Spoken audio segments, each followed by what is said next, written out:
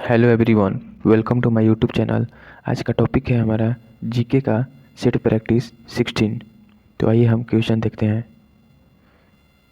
तो क्वेश्चन हमारा दिया है, समान कार्य के लिए समान वेतन का प्रावधान भारतीय संविधान के किस अनुच्छेद में है? तो इसका राइट आंसर है ऑप्शन नंबर बी, अनुच्छेद 39D।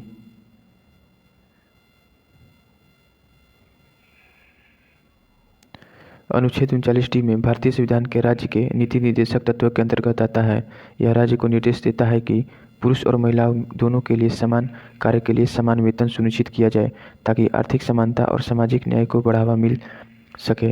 हालांकि यह न्यायालय में सीधे लागू नहीं किया जा सकता है, लेकिन नीतियों और कानूनों के निर्माण में इसका महत्वपूर्ण मार्गदर्शक सिद्धांत है। नेक्स्ट क्वेश्चन है, भारत में हाल ही में खोजी गई कूदने वाली मकड़ी की प्रजातियां एपिडेइरा फॉर्मिस और एपिडेइरा पैलेस्ट्रिस कहाँ पाई गई हैं? तो इसका राइट आंसर है ऑप्शन नंबर बी, सिडनी वन्यजीव अभयारण्य।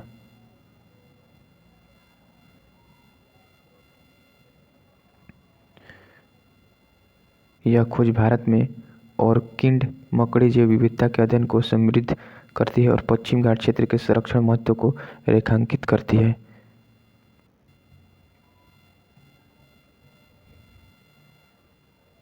नेक्स्ट क्वेश्चन है, जब श्वेत प्रकाश एक कांच के प्रिज्म से होकर गुजरता है और स्पेक्ट्रम बनाता है तो कौन सा रंग सबसे कम उड़ता है? तो इसका राइट आंसर है ऑप्शन नंबर सी, लाल।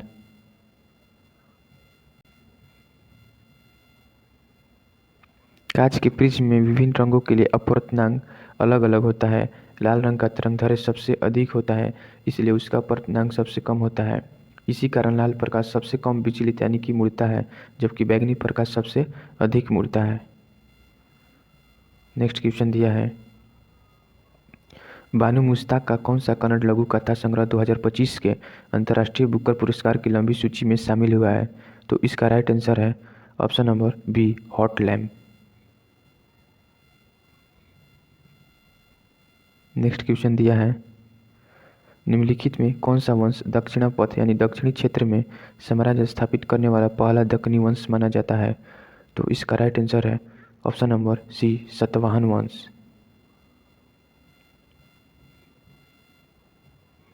सातवाहन वंश को दक्षिणापथ में साम्राज्य स्थापित करने वाला प्रथम दक्कनी वंश माना जाता है।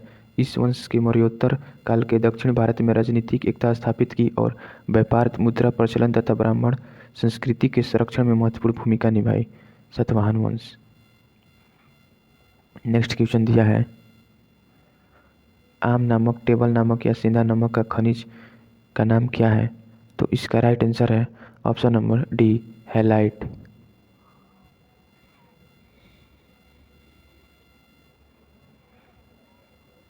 आम नमक का रासायनिक संगठन सोडियम क्लोराइड यानी कि NaCl होता है। प्राकृतिक रूप से यह हैलाइट नामक खनिज के रूप में पाया जाता है, जिसे वाष्पीकरण की प्रक्रिया बनाने वाली अवसादी चट्टानों में पाया जाता है।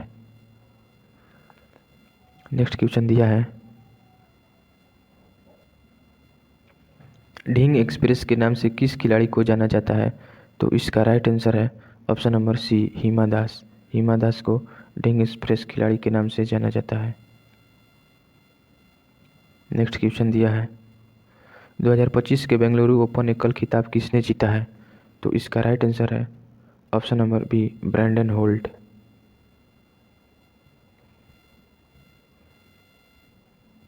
ब्रैंडन होल्ट ने 2025 के बेंगलुरु ओपन में उत्कृष्ट प्रदर्शन करते हुए एकल खिताब अपने नाम किया। यह खिताब उनके करियर में महत्वपूर्ण उपलब्धि माना जाता है।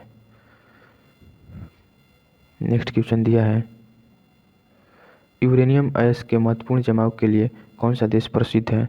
तो इसका राइट आंसर है ऑप्शन नंबर 3, कनाडा। यूरेनियम एक महत्वपूर्ण रेडियोधर्मी धातु है जिसका उपयोग परमाणु ऊर्जा और हथियारों में होता है। कनाडा विशेष रूप से अथाबास्का बेसिन, सस्केचेवान उच्च गुणवत्ता वाले यूरेनियम अयस्क के लिए प्रसिद्ध है। ऑस्ट्रेलिया और कजाकिस्तान भी यूरेनियम के प्रमुख उत्पादक है, लेकिन कनाडा के अयस्क की गुणवत्ता सबसे अधिक मानी जाती है। नेक्स्ट क्वेश्चन दिया है, कौन सा अक्षांश भारत के अधिकतम राज्यों से होकर गुजरता है? तो इसका राइट आंसर है ऑप्शन नंबर 3, 24 डिग्री उत्तर।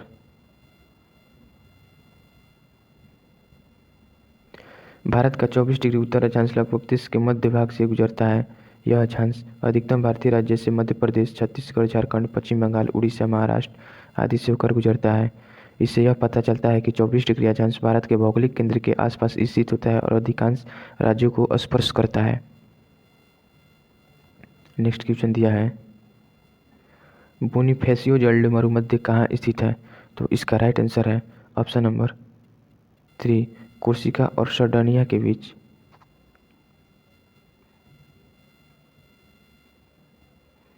बोनिफेसियो जलमरुमध्य भूमध्य सागर में स्थित है।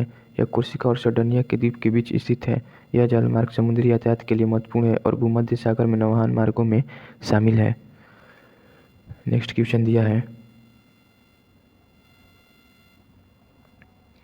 कालिदास की निम्नलिखित में कौन सी रचना भगवान शिव और देवी पार्वती के पुत्र कार्तिकेय के जन्म के संदर्भ पर आधारित है? तो इसका राइट आंसर है option number 3, Kumar संभवम।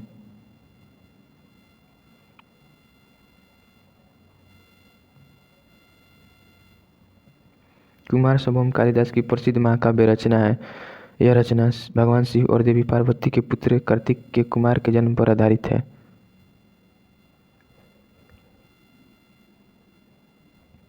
Next question है, मोहम्मद गोरी किसके भाई थे? तो इसका राइट आंसर है ऑप्शन नंबर 4, गोर के सुल्तान गियाथ अल दीन। नेक्स्ट क्वेश्चन दिया है, बोडो भाषा मुख्य रूप से भारत के किस राज्य में बोली जाती है? तो इसका राइट आंसर है ऑप्शन नंबर 1, असम। बोडो भाषा असम में बोली जाती है। इसे भारत में 22 अनुसूचित भाषाओं में शामिल किया गया है।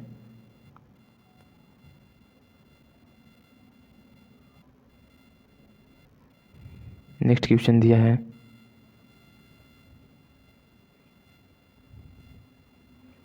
दो हड्डियों के बीच कौन सा चिकनाई युक्त द्रव पाया जाता है? तो इसका राइट आंसर है ऑप्शन नंबर 1, सिनेसाइनोवियल द्रव।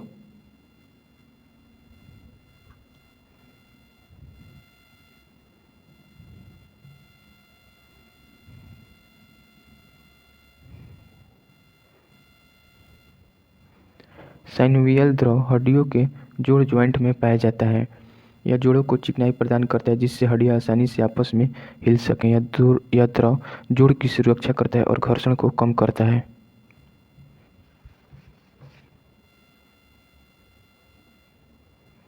लसिका प्रतिरक्षा और पोषण से संबंधित है और रक्त ये शरीर में पोषण और ऑक्सीजन का परिवहन करता है।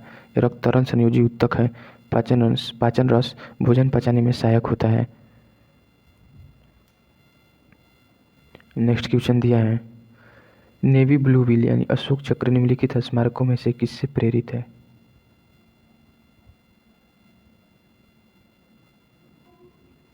तो इसका राइट आंसर है ऑप्शन नंबर 3, सारनाथ में अशोक का सिंची मूर्ख स्तंभ शीर्ष।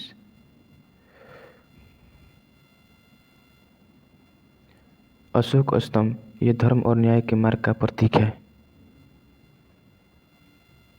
नेक्स्ट क्वेश्चन दिया है,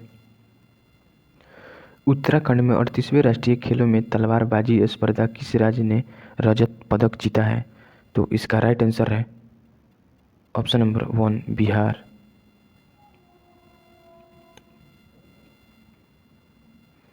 38वें राष्ट्रीय खेल उत्तराखंड में आयोजित किए गए। तलवारबाजी स्पर्धा बिहार ने रजत पदक प्राप्त किया। यह बिहार की खेल उपलब्धियों और युवाओं के खेल कौशल में प्रगति को दर्शाता है। अन्य राज्य प्रतियोगिता ने अलग पदक प्राप्त किए हैं। भारतीय संविधान का अंग नहीं है। तो इसका राइट आंसर है ऑप्शन नंबर 4, मौलिक कर्तव्य। मौलिक कर्तव्य भारतीय संविधान का अंग नहीं है।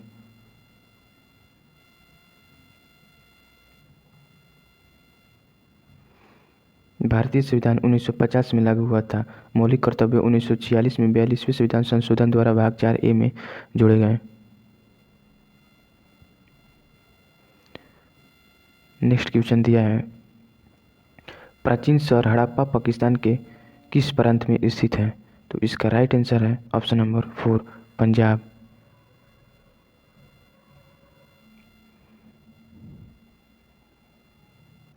हड़प्पा सिंधु घाटी सभ्यता का यह प्रमुख प्राचीन शहर है। यह वर्तमान पाकिस्तान के पंजाब प्रांत में स्थित है। हड़प्पा सभ्यता लगभग 3300 से 1300 ईसा पूर्व विकसित हुई थी और यह सिंधु घाटी सभ्यता का एक महत्वपूर्ण केंद्र था। नेक्स्ट क्वेश्चन दिया है, किस विदेशी यात्री को मध्यकालीन यात्रियों के राजकुमार के रूप में जाना जाता था? तो इसका राइट आंसर है option number 1, Marco Polo.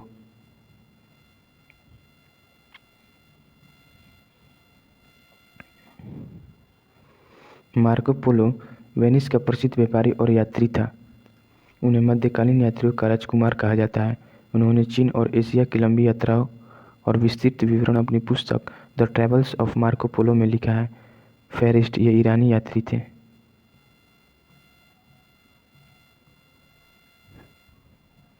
Xuanzang ये चीनी भिक्षु यात्री थे और इब्न बतूता ये अफ्रीकी मुस्लिम यात्री थे। तो गाइस आप लोग कमेंट करिएगा कि आप लोग का 20 में से कितना क्वेश्चन सही है।